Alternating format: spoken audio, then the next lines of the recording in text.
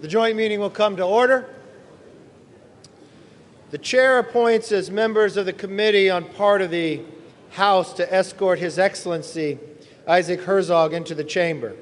The gentleman from Louisiana, Mr. Scalise. The gentleman from Minnesota, Mr. Emmer. The gentlewoman from New York, Ms. Stefanik. The gentleman from New Jersey, Mr. Smith. The gentleman from South Carolina, Mr. Wilson. The gentleman from Colorado, Mr. Lamborn. The gentleman from Tennessee, Mr. Kustoff. The gentlewoman from New York, Ms. Tenney. The gentleman from New York, Mr. Gabarino. The gentlewoman from New York, Ms. Malatakis. The gentleman from New York, Mr. Diaz-Pasito. The gentleman from New York, Mr. Lalaudo. The gentleman from New York, Mr. Lawler. The gentleman from Ohio, Mr. Miller. The gentleman from New York, Mr. Molinaro. The gentleman from New York, Mr. Jeffries. The gentlewoman from Massachusetts, Ms. Clark. The gentleman from California, Mr. Aguilar. The gentleman from California, Mr. Liu. The gentlewoman from Washington, Ms. Delbena. The gentleman from Minnesota, Mr. Phillips. The gentlewoman from Florida, Ms. Wasserman Schultz. The gentleman from New York, Mr. Meeks. The gentleman from California, Mr. Sherman. The gentlewoman from Illinois, Ms. Shashkowski. The gentlewoman from New York, Ms. Meng. The gentleman from Illinois, Mr. Snyder. The gentleman from New Jersey, Mr. Gottheimer. The gentlewoman from North Carolina, Ms. Manning. The gentleman from Florida, Mr. Moskowitz.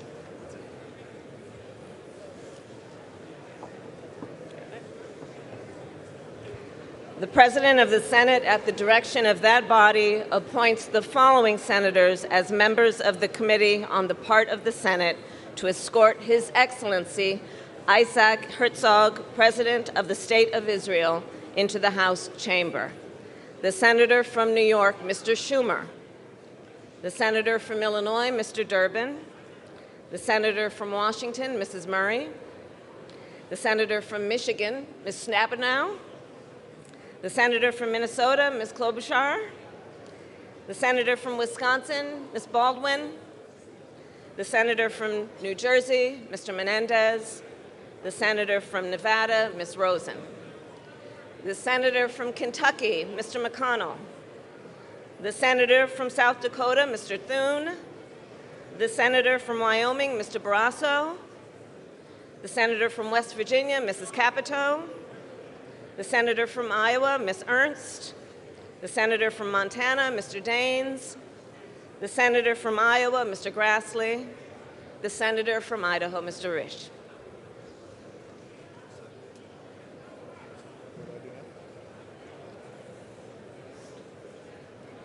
The members of the Escort Committee will exit the chamber through the lobby doors.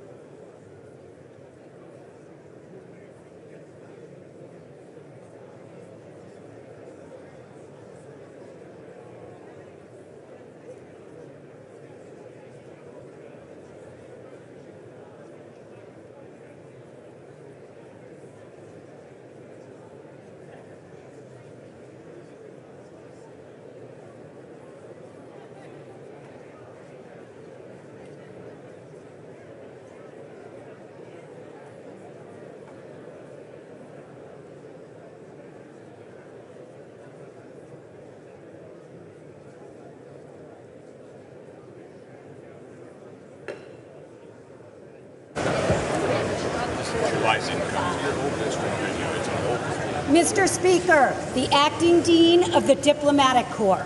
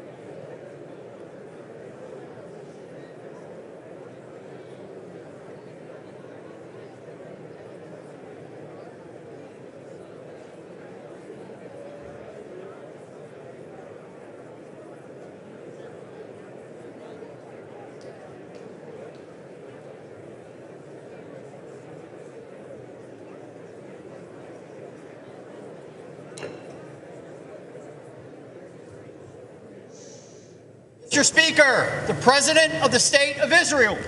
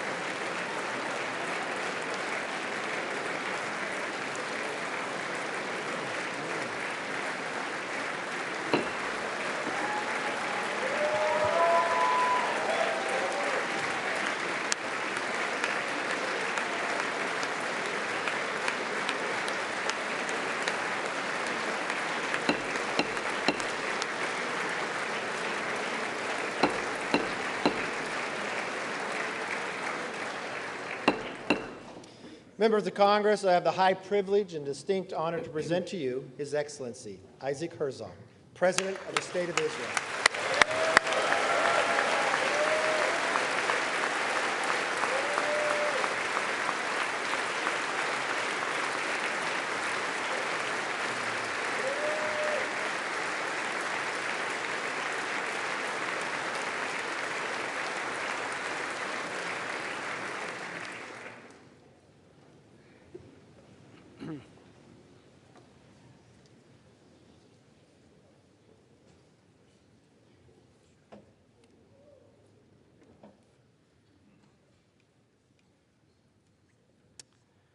Madam Vice President, Mr. Speaker, on November 10th, 1987, I was sitting at home with my wife, Michal, expecting our first child.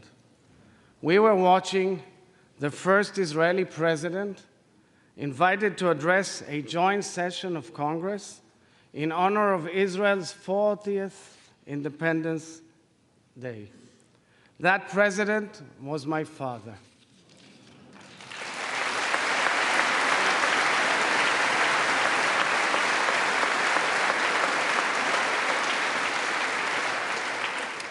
Standing here today, representing the Jewish Democratic State of Israel in its 75th year, at the very podium from which my late father, President Chaim Herzog, spoke, is the honor of a lifetime, and I thank you wholeheartedly for it.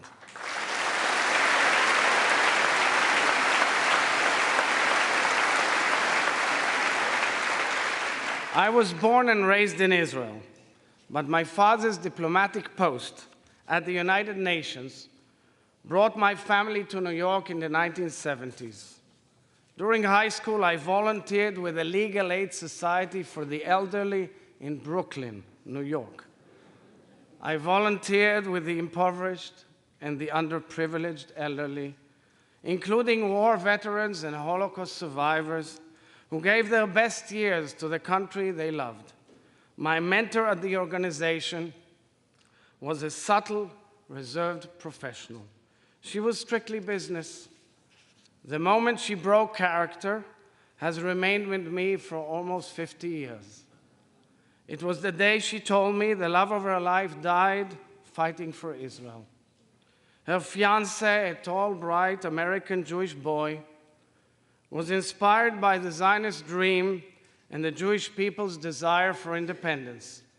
He voluntarily boarded a ship to Haifa, fought in the Israeli military, and fell in the battle for Israel's independence just weeks before their wedding. Although decades had gone by and she rebuilt her life, the cracks in her heart remained. That moment in which I learned of the life he gave for the state of Israel spoke to the very core of the bond forged between the people of the United States and the people of Israel. How the nations we built overcame loss. How deeply our stories complement each other's. How far we have all come together. Speaker McCarthy, I thank you for hosting this festive joint session of Congress celebrating the first 75 years of Israel's independence. Just a few weeks ago, during your first trip abroad as Speaker, you honored the Israeli people by addressing the Knesset in Jerusalem, the capital of the State of Israel and the Jewish people. Your sincere expression of friendship on behalf of the United States of America truly resonated with the Israelis. Thank you.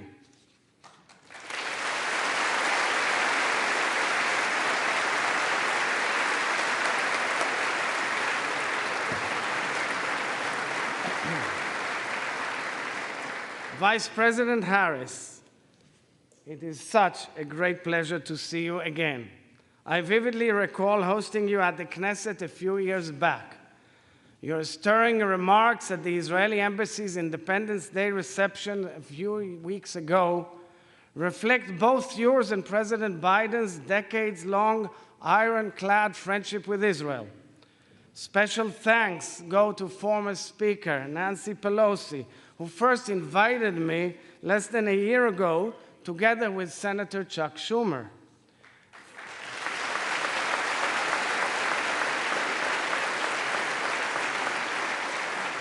And special thanks to dear friends, Senate Minority Leader Senator Mitch McConnell and House Minority Leader Congressman Hakeem Jeffries for this bipartisan, bicameral invitation.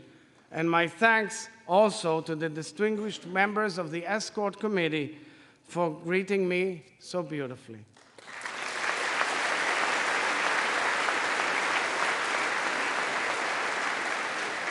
Mr. Speaker, dear friends, in Jewish weddings, a glass is placed on the ground, intentionally stomped on. This ritual evokes the destruction of our temple in Jerusalem 2,000 years ago.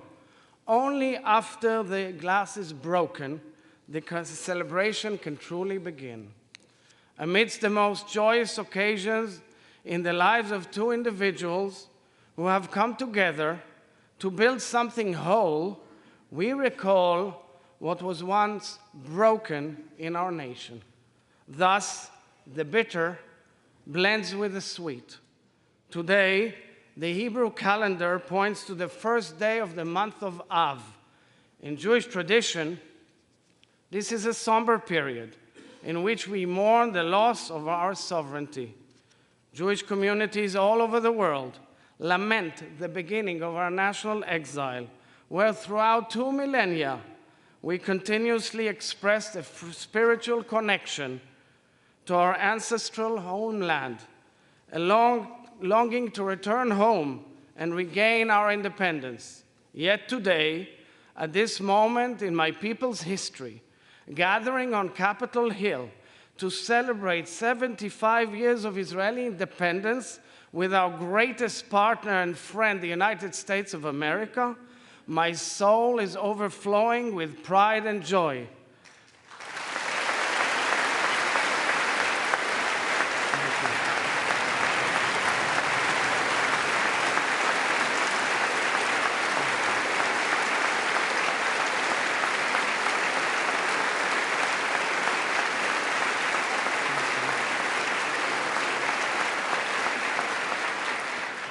The people of Israel are grateful to no end for the ancient promise fulfilled and for the friendship we have forged. In 1949, the President of the United States of America, Harry S. Truman, met with the chief rabbi of the newly established State of Israel, my grandfather, Rabbi Yitzchak Isaac Herzog, in the Oval Office. This was just a few years after each of them pleaded and campaigned for the rescue of Europe's Jews being slaughtered in the Holocaust by the Nazis. In speaking to President Truman, Rabbi Herzog thanked him for being the first world leader to officially recognize the State of Israel 11 minutes after its foundation.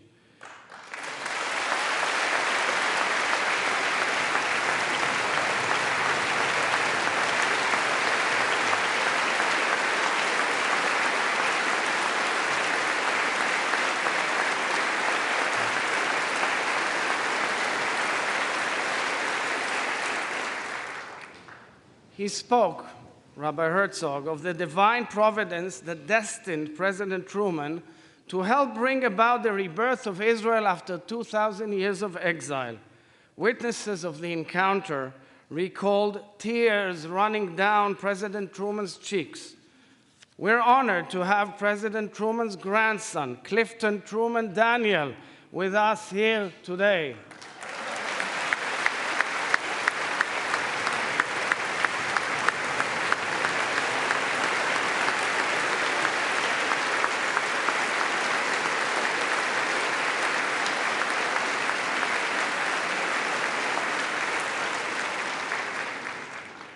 When the State of Israel was established in 1948, the land which the Almighty promised Abraham, to which Moses led the Israelites, the land of the Bible, of milk and honey, evolved into an exquisite land of democracy.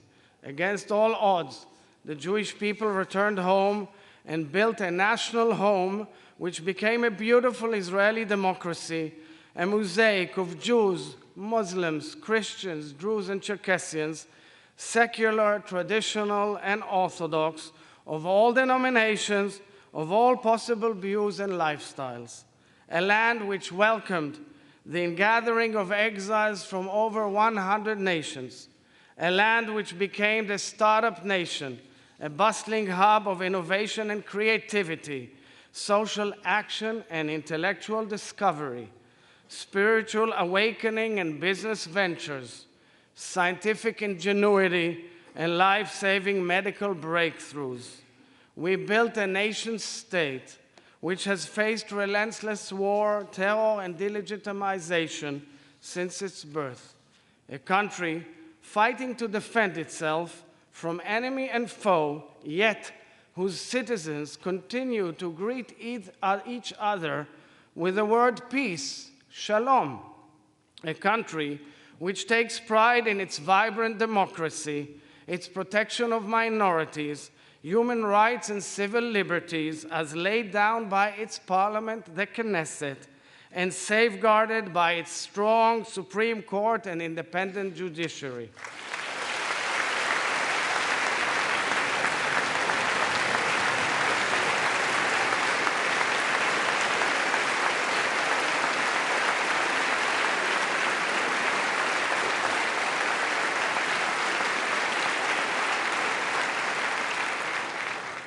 A state founded on complete equality of social and political rights to all its inhabitants, irrespective of religion, race, or gender, as stipulated explicitly in Israel's Declaration of Independence, a country which is ever evolving, a diverse amalgam of accents, beliefs, backgrounds, and customs, truly a modern-day miracle.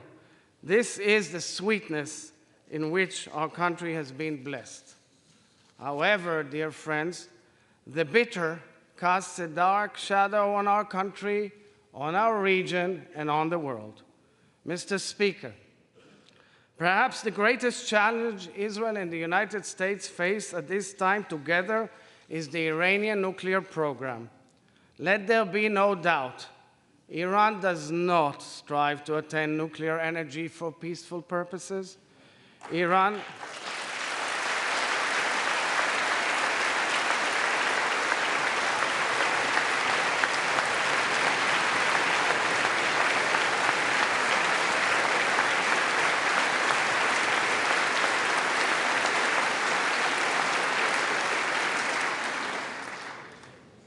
is building nuclear capabilities that pose a threat to the stability of the Middle East and beyond. Every country or region controlled or infiltrated by Iran has experienced utter havoc. We have seen this in Yemen, in Gaza, in Syria, in Lebanon, in Iraq. In fact, we have seen this in Iran itself, where the regime has lost its people and is suppressing them brutally. Iran has spread hatred, terror, and suffering throughout the Middle East and beyond, adding fuel to the disastrous fire and suffering in Ukraine. Iran is the only nation on the planet publicly calling, plotting, and developing means to annihilate another nation, and members of the family of nations, the State of Israel. Israel has no border with Iran. Israel has no resources contested by Iran. Israel has no conflict with the Iranian people. And yet, the Iranian regime, together with its proxies throughout the Middle East, is aiming and working towards destroying the State of Israel, killing the Jews, and challenging the entire world, the entire free world. Allowing Iran to become a nuclear threshold state, whether by omission or by diplomatic commission, is unacceptable.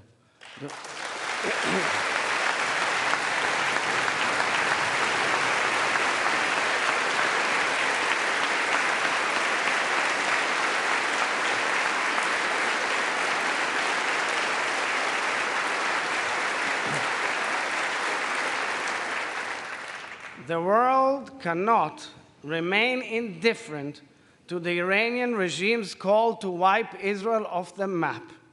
Tolerating this call and Iran's measures to realize it is an excusable moral collapse. Backed by the free world, Israel and the United States must act forcefully together to prevent Iran's fundamental threat to international security. I am here to reiterate what every Israeli leader has declared for decades. The State of Israel is determined to prevent Iran from acquiring nuclear weapon capabilities.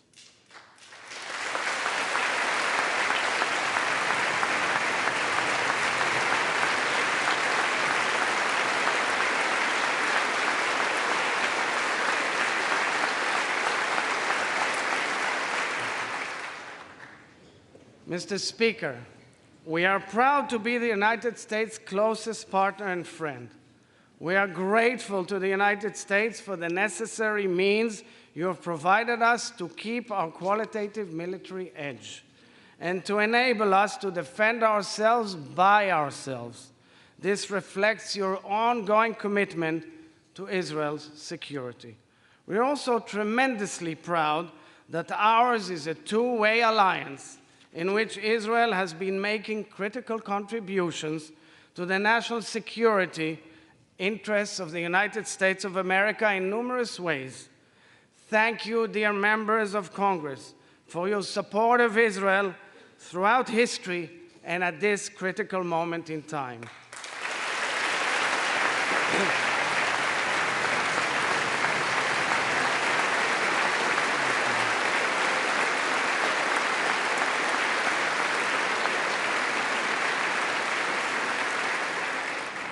Mr. Speaker, there is no question that the peace which the United States brokered between Israel and its neighbors has revolutionized the Middle East. The historic peace treaties with the Arab Republic of Egypt and the Hashemite Kingdom of Jordan have demonstrated the many blessings of opting out of the cycle of war. Both Jordan and Egypt have contributed tremendously to solidifying the precious peace and enhancing our region's stability and well-being. 3 years ago, the Abraham Accords realigned our imaginations and our nation and our region. Israel eagerly welcomed the United Arab Emirates, the Kingdom of Bahrain, and the Kingdom of Morocco into an exclusive warm peace between our peoples. Since signing the accords, over 1 million Israelis have visited the Abrahamic nations, a clear expression of our will to become integrated in the region. This is a peace anchored in trust, hope, and prosperity, a true game changer. Each of these historic agreements, which have altered the trajectory of the Middle East, was facilitated by our greatest friends, the United States of America. Israel's hand is extended and our heart is open to any partner in peace, near or far. Israel thanks the United States for working towards establishing peaceful relations between Israel and the Kingdom of Saudi Arabia, a leading nation in the region and in the Muslim world. We pray for this moment to come. This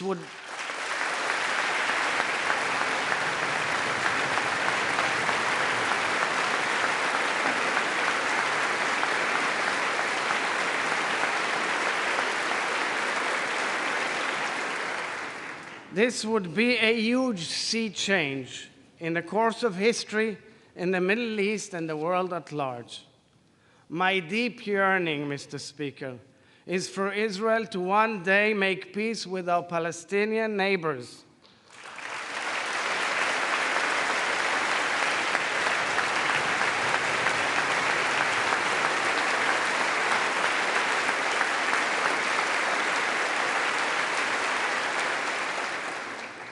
Over the years, Israel has taken bold steps towards peace and made far-reaching proposals to our Palestinian neighbors. However, true peace cannot be anchored in violence, notwithstanding the deep political differences and the numerous challenges that surround the Israeli-Palestinian conflict and relations, and I do not ignore them. It should be clear that one cannot talk about peace while condoning and legitimizing terror implicitly or explicitly. True peace cannot be anchored in violence.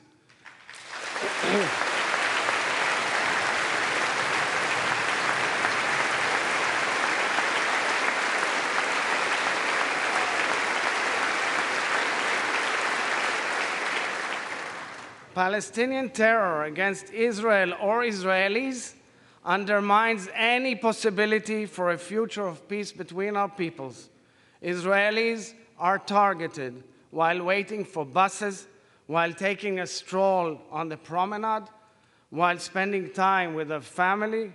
At the same time, successful terror attacks are celebrated, terrorists are glorified, and their families are financially rewarded for every Israeli they attack.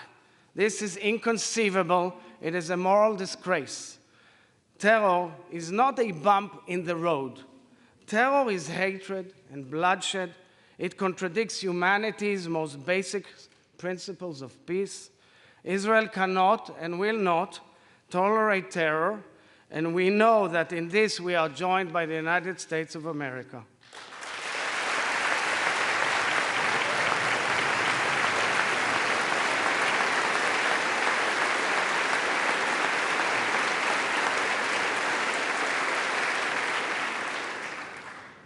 Two Israeli soldiers, Oron Shaul and Hadar Goldin, and two civilians, Hisham al-Said and Avera Mengistu, are being held hostage by Hamas for years for the sole purpose of torturing the families they left behind.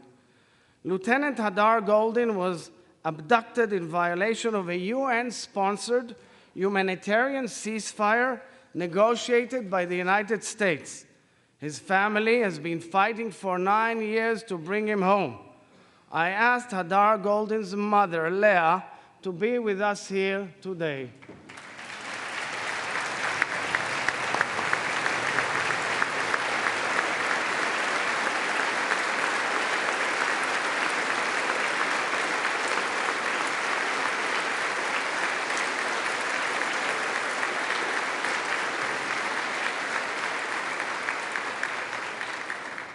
We pray for her son's return, as well as the 3 other Israelis. We pray for the fulfillment of Isaiah's prophecy. Nation shall not take up sword against nation, neither shall they know war anymore. The younger generation of Israelis and Palestinians deserve better. They are all worthy of a future to look towards, a future of peace and prosperity, a future of hope, and I'm wholeheartedly committed to this vision, a vision of hope and peace, true peace, without any terror.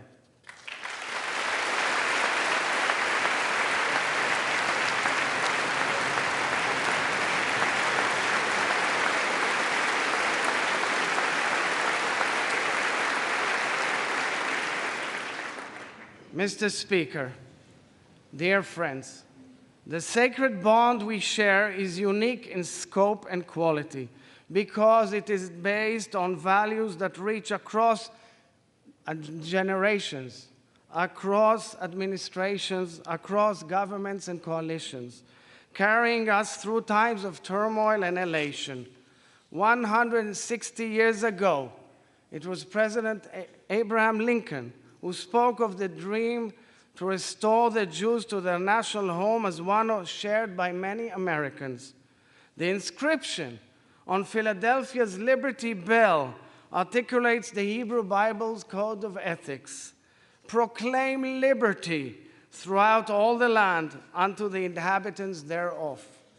This verse from Leviticus, shining through the crack of the Liberty Bell, underscores the principles that fuel the American dream. These words have bound our nation through the ages. Coming together today in this chamber of liberty and freedom, we are all realizing the hopes of our founding fathers and mothers.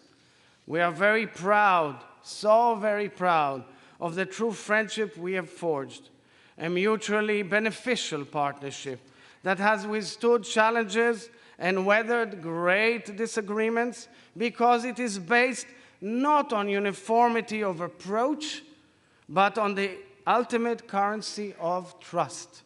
It is not dependent upon operating in harmony, but on the history we share, on the truths we cherish, on the values we embody.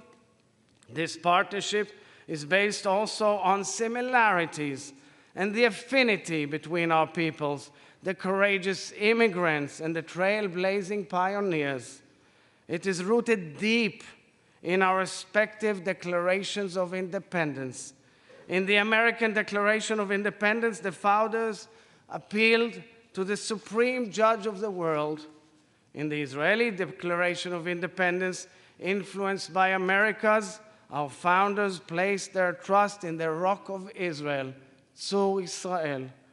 The revered American Jewish spiritual leader, Rabbi Abraham Joshua Heschel, embodied the bridge between our peoples and the story of American Jewry. After escaping from the Holocaust, Rabbi Heschel publicly advocated interfaith dialogue. He fought for civil liberties in America and marched alongside Reverend Dr. Martin Luther King Jr. in the historic march from Selma to Montgomery in March of 1965. Rabbi Heschel wrote, "To be is to stand for. To be is to stand for. I'm so pleased to have his daughter, Professor Susanna Heschel of Dartmouth, joining us here today. Thank you, Susanna.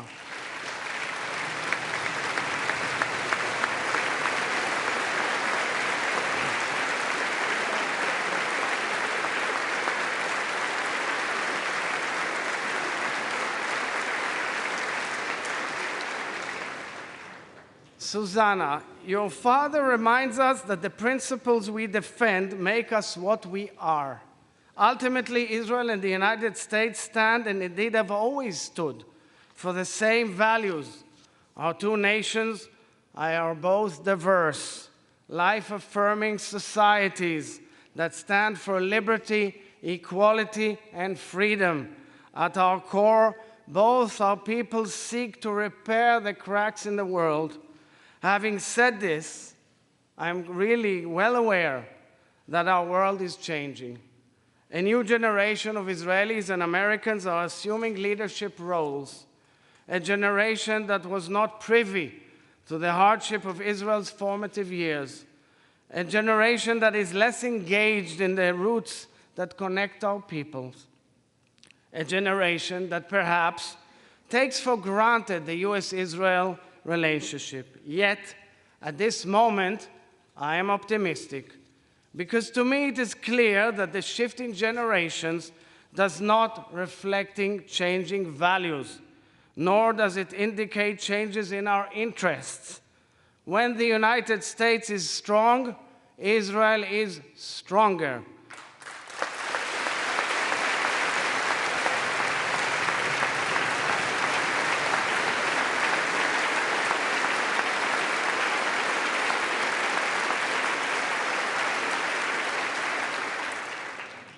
And when Israel is strong, the United States is more secure.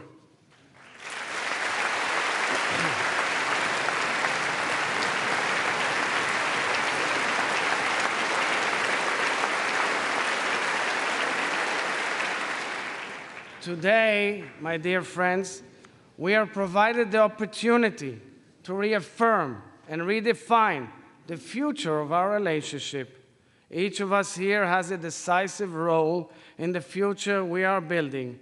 Many of the challenges Israel and the United States face are similar. We are all experiencing a tumultuous shift in balance, evident in countless areas: geopolitical unrest, big power competition, catastrophic war in Ukraine, pandemics, climate crisis, the unknown of artificial intelligence, energy shortages, food insecurity, scarcity of water and desertification, global terror, social polarization, and the attempts to destabilize democracy. Each of these challenges present an opportunity to seek out solutions together, which will benefit the global community. Israel has the ability to contribute in a unique, significant fashion to addressing these challenges. Israel and the United States are world leaders in aiding countries whose peoples have suffered. Our collaborative capabilities, coupled with our mutual beneficial partnership, are the key to the future of our children. To us, it is clear that America is irreplaceable to Israel, and Israel is irreplaceable to America.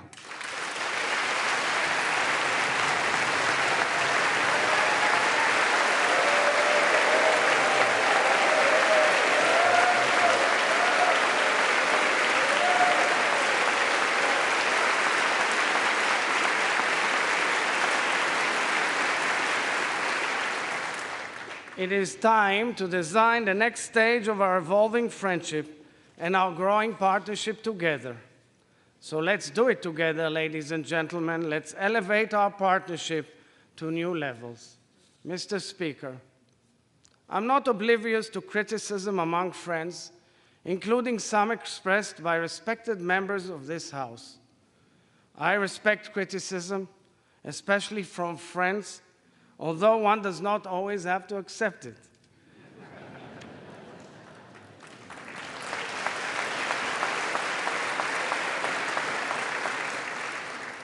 But criticism of Israel must not cross the line into negation of the State of Israel's right to exist.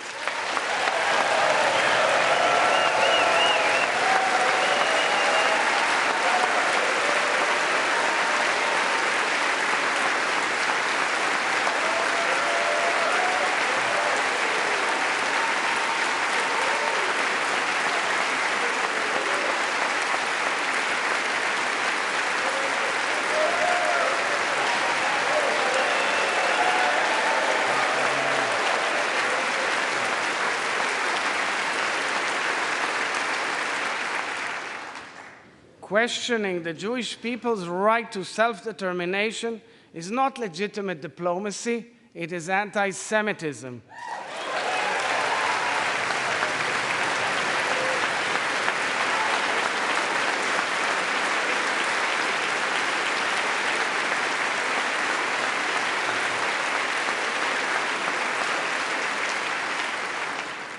Vilifying and attacking Jews, whether in Israel, in the United States, or anywhere else in the world, is anti-Semitism.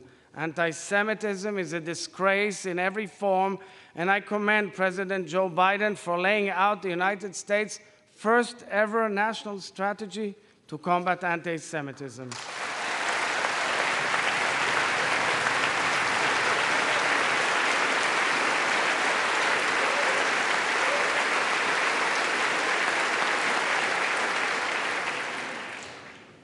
Dear friends, it's no secret that over the past few months, the Israeli people have engaged in a heated and painful debate. We have been immersed in voicing our differences and revisiting and renegotiating the balance of our institutional powers in the absence of a written constitution.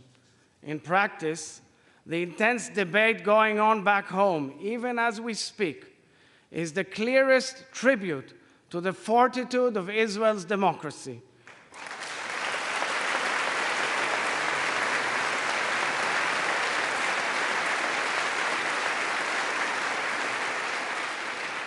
Israel's democracy has always been based on free and fair elections, on honoring the people's choice, on safeguarding minority rights, on protection of human and civil liberties, and on a strong and independent judiciary.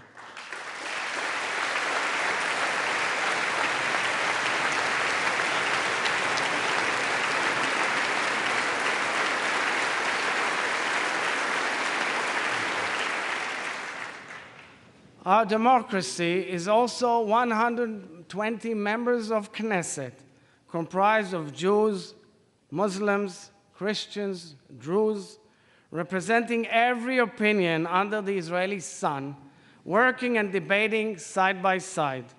Our democracy is also late Friday afternoon, when the sound of the muezzin calling to prayer blends with a siren announcing the Sabbath in Jerusalem, while on one of the largest and most impressive LGBTQ pride parades in the world is going on in Tel Aviv.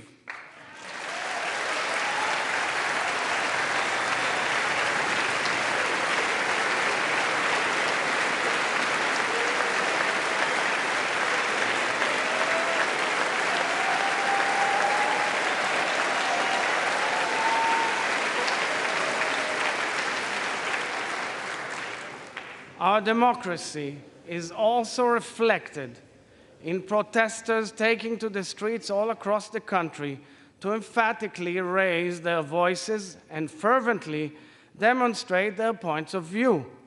Our democracy is the blue and white Israeli flag, waved and loved by all Israelis taking part in the debate. I am well aware of the imperfections of Israeli democracy, and I'm conscious of the questions posed by our greatest of friends. The momentous debate in Israel is painful and deeply unnerving because it highlights the cracks in the whole, within the entire whole. And as President of Israel, I am here to tell the American people and each of you that I have great confidence in Israeli democracy. Although we are working through sour issues, just like you, I know our democracy is strong and resilient. Israel has democracy in its DNA.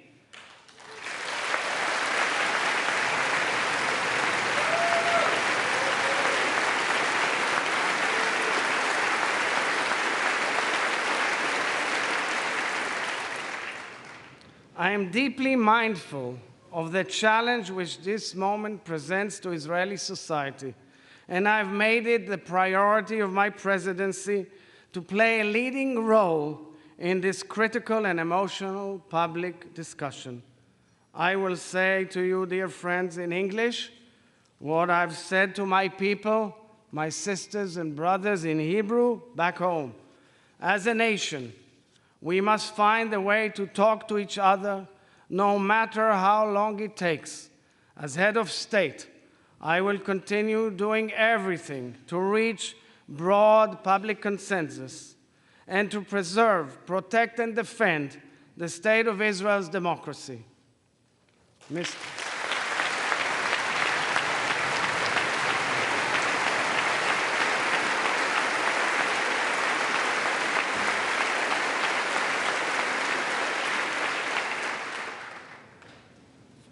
Dear friends, for so many Israelis, this very public debate is also very personal.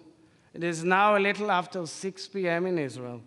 They will sit down to dinner together besides family or friends with whom they may severely disagree. But they are and they will always remain family. Israel and the United States will inevitably disagree on many matters. But we will always remain family. Our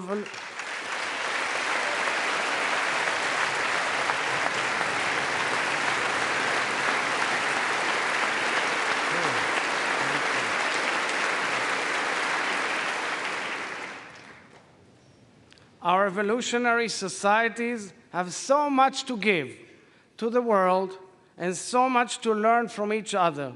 Our bond may be challenged at times, but it is absolutely unbreakable.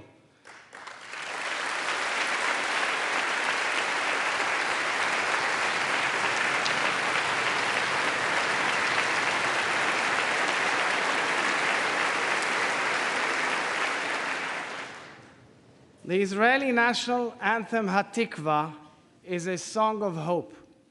The late Rabbi Lord Jonathan Sacks wrote that in Judaism, hope is an active virtue which requires a great deal of courage. Hope is the belief that together we can make the world better, that we can overcome any setback and heal the fractures in our world. Israel's first 75 years were rooted in an ancient dream.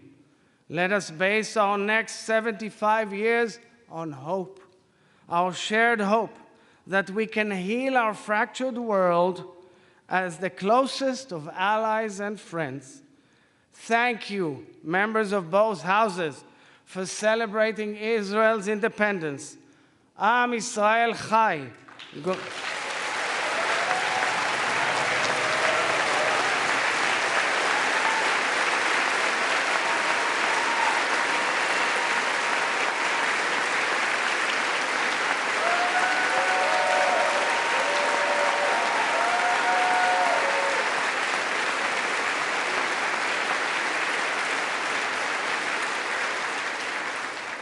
God bless the state of Israel and God bless the United States of America.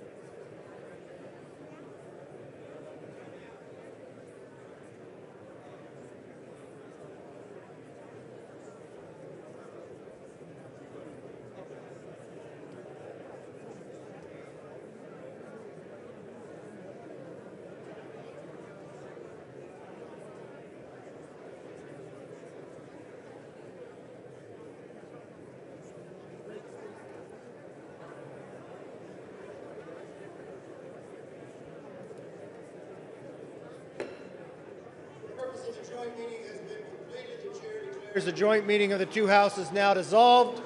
The House will continue in recess subject to the call of the chair.